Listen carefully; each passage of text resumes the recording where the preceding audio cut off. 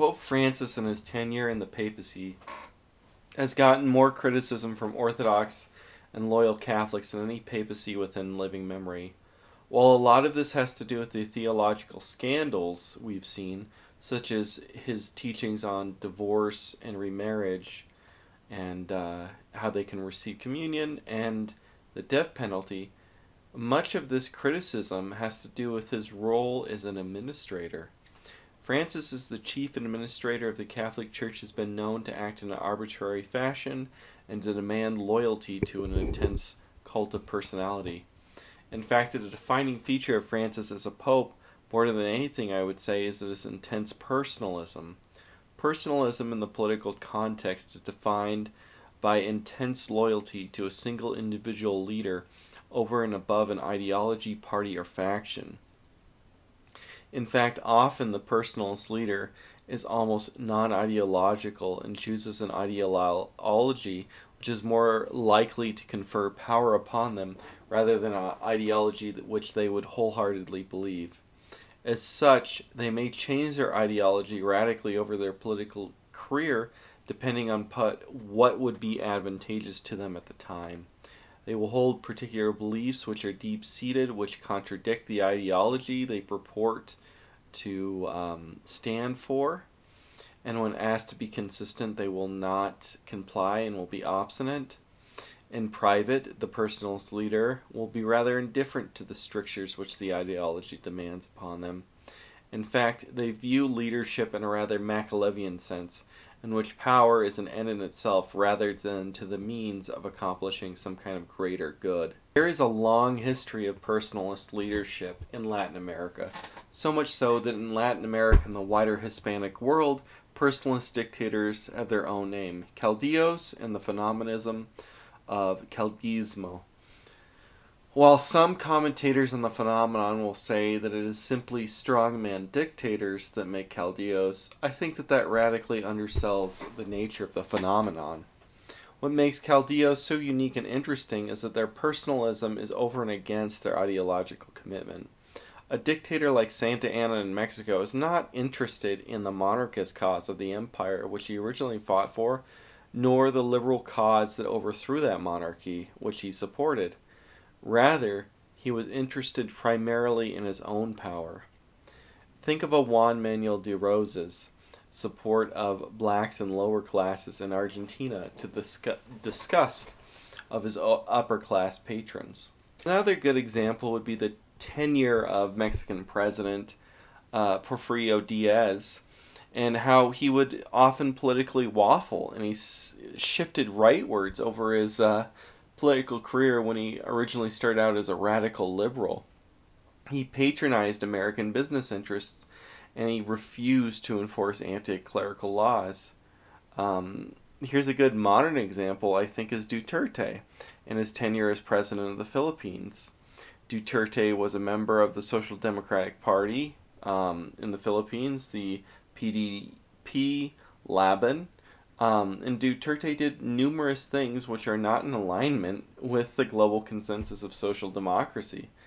He had death squads that extrajudicially killed dozens, hundreds of people. And he supported multinational corporations and their policies within the Philippines.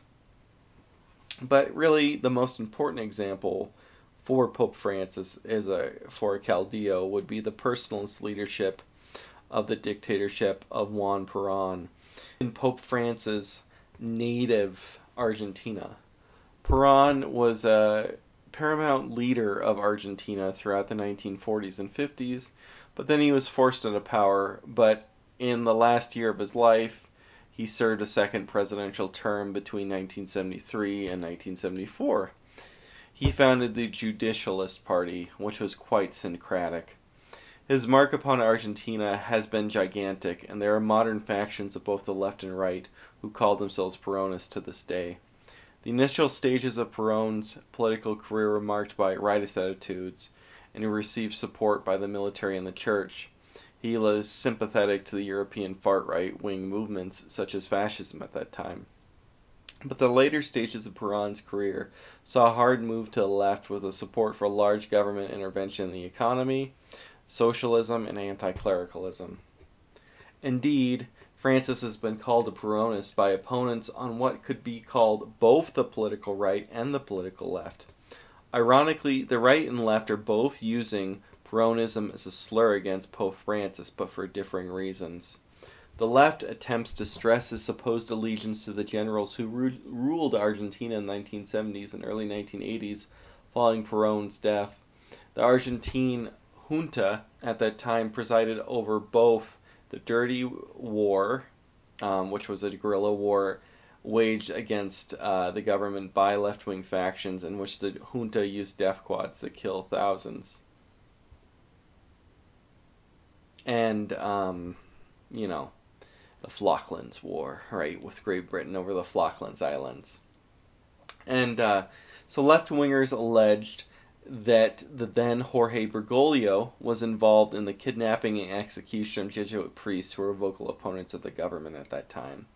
And so on the other hand, you have right-wingers who identify Pope Francis with the left-wing tendencies of Peronism that they disagree with. In particular, his disgust with consumerist capitalism, his admiration for environmentalist causes, and his perceived indifference to social issues. They just see Francis as a political man of the left, and these choices of focus in his papacy reflect that left-wing political bias. Now, I myself believe that Francis's similarities to Peron are a key to understanding his leadership throughout his pontificate. Yet there are non-ideological similarities that rather dwarf those ideological ones that people would have pointed out above. And I think those are in the style of his leadership and his intense personalism. Throughout his entire papacy, Francis has championed and fostered a cult of personality. It is everywhere, and it's throughout his papacy. He fosters his image by creating a lot of popular media portrayals of himself. He has a spoken word album with a prog rock instrumentals in the background of his speeches. His followers have made 6 films about his life so far. He downplays his papacy also in absurd ways, in which he tries to foster an image of humility and poverty as part of his cult of personality. In doing so, he's deliberately choosing to ignore the images associated with the majesty of the patron office. He got rid of the Pope Mobile, he spurned the papal apartments, and got rid of something, say, like the magnificent chair which had been carved for him, and replaced it with quite an ugly chair and quite an ugly fiat instead. Pope Francis has surrounded him with a lot of incompetent psychopaths rather than competent or holy administrators. He chooses promotion primarily upon the basis of his followers' loyalty rather than upon any fidelity to orthodoxy or even fidelity to theological liberalism. And numerous bishops of important archdioceses on the international level have not been rewarded cardinalships. Rather, cardinalships have been given to backwater bishoprics, and these are given on the basis of loyalty to Francis and a type of patronage, or expected future patronage. I think that it is often forgotten in the light of the theological scandals that Francis is, in a sense, the most worldly pope we've seen for generations. Francis, while most dangerously leads into theological problems through his ambiguities in the way that he teaches, say, the death penalty, or he teaches if divorced and remarried Catholics can receive communion. But he's also very scandalous just in the way that he runs the church in secular terms. The McCarrick scandal and Francis's conduct within it harkens back to the worst scandals of the pornocracy or the Renaissance papacy. Whatever you want to say about the validity or exaggeration in the scale of the sexual abuse scandals in the post-consular church, it is clear that Pope Francis has repealed the protections which were put in place by Pope Benedict XVI. It is clear that the Vatican Bank is being heavily connected to the Italian mafia, and Francis is implicated in that interconnection between the mafia and the Vatican Bank. And as we see, Cardinal Pell was imprisoned for trying to stop that. He was imprisoned on obviously false charges and connected to trying to stop the money laundering within the Vatican Bank. In fact, the reason for these scandals, a lot of them has to do is that Francis selects corrupt sycophants because he finds them easy to control. And that these sycophants are going to be loyal to him as a man rather than the church founded by our Lord. There is a good reason to believe that Francis was indeed selected to be pope for his policy of taking a blind eye to the pink lobby within the church in return for their loyalty. It should be noted that it is easier to control men who are compromised and can be blackmailed. So it's a lot easier to control homosexual clerics than it is to control faithful or orthodox ones. Ultimately, I believe that Francis's patronage of theological liberalism, doctrinal laxity, and moral laxity stems from his desire for worldly power rather than any kind of deep theological conviction. While news stories will key in upon Pope Francis saying absurd statements in airplane interviews and his framing of the synods in a way that seemed to try to push for radical innovations, there doesn't seem to be any weight to these claims that he's going to cause an immediate apostasy from the church in any second. It seems that the Vatican, under Francis' willful intentions, are trying to create a public image in which that is the case. But that's not actually the case. They're trying to create a public image where Pope Francis is a radical innovator who will abolish everything that the liberals detest within the church as soon as possible. Now it seems that more and more liberals and right-wingers are getting smart to this framing. It seems that that's not the cause at all of what's going on. He's trying to deliberately deceive the media into believing the church is going to abandon things like the all-male priesthood, its condemnation of various sexual abominations, and its insistence upon the Catholic Church as a sole font of salvation for the human race. And he does this because he adores the spotlight of the media classes, and he wants sympathy from liberal leaders all over the world for his papacy and the church. He wants the church to be viewed positively rather than for it to hold its positions clearly. Indeed, after the papacy was expelled from the papal states following the unification of Italy, popes have become increasingly more neutral on political matters. Those political matters, of course, which don't pertain to its freedom to operate, or very crucial moral matters like abortion. Francis has bucked from this trend and become much more political than any pope within living memory. Indeed, it seems that Francis seeks to be given international political power via the sympathy of world leaders through money laundering through the financial institutions of the church. Indeed, Francis will choose to make political decisions in interest of their importance rather than for any benefit for the church. I see no other way to interpret the disaster concordant with the People's Republic of China that happened, other than deliberately selling out the catacomb church of loyal and Orthodox Chinese Catholics simply for the want of sweeping action which would have political consequences in and of themselves. This action seems to have no benefits for the church at all, in either its concern for souls, nor even in some kind of purely secular administrative action as if the church were a business. Pope Francis seems to have done it simply for his own lust to be seen as a political actor upon the world stage, like the papacy of old, rather than facing the reality that he is simply becoming the administrator of a religious body with rapidly declining political power, if any at all. Francis's patronage of theological liberalism has earned him the condemnation of Orthodox Catholics across the liturgical spectrum, beginning first and most obviously with the traditionalists who have been critical of the papacy ever since the end of Vatican II, but has gradually expanded outwards throughout the entire body of the church. While without want a better word, you can only call these people conservative or mainstream Novus Ordo types. They were initially softly critical of the Pope, but now you're seeing a lot of people are becoming as forthright in their criticism of Pope Francis as Archbishop Lefebvre would have become in his most radical moments. In due course, Pope Francis has played into this controversy and only added fuel to the flame by wielding his power as the head of the Church in an arbitrary and naked manner against his Orthodox opponents.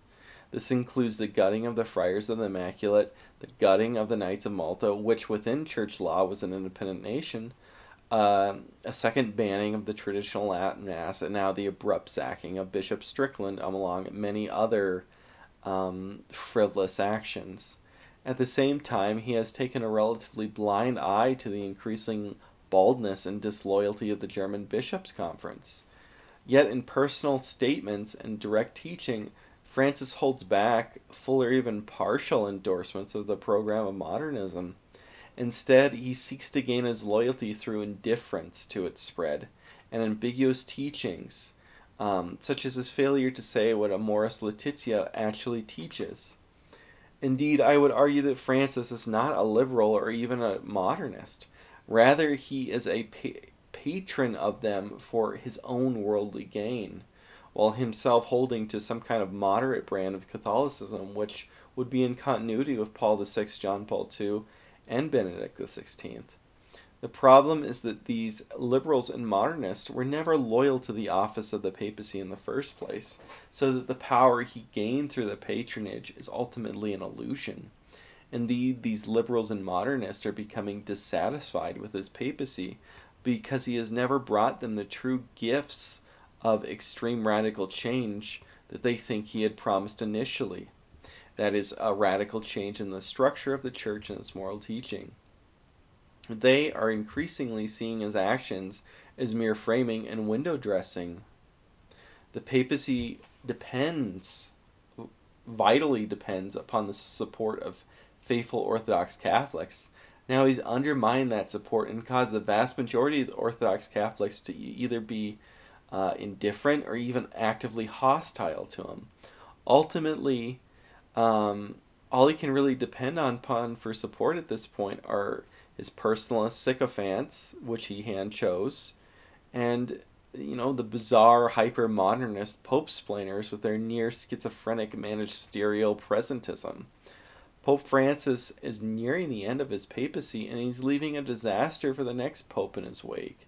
Because, as we see within every regime that has ever happened, that personalist leaders undermine the legitimacy and authority of the office that they hold, because they don't value its legitimacy and authority. They only value its power.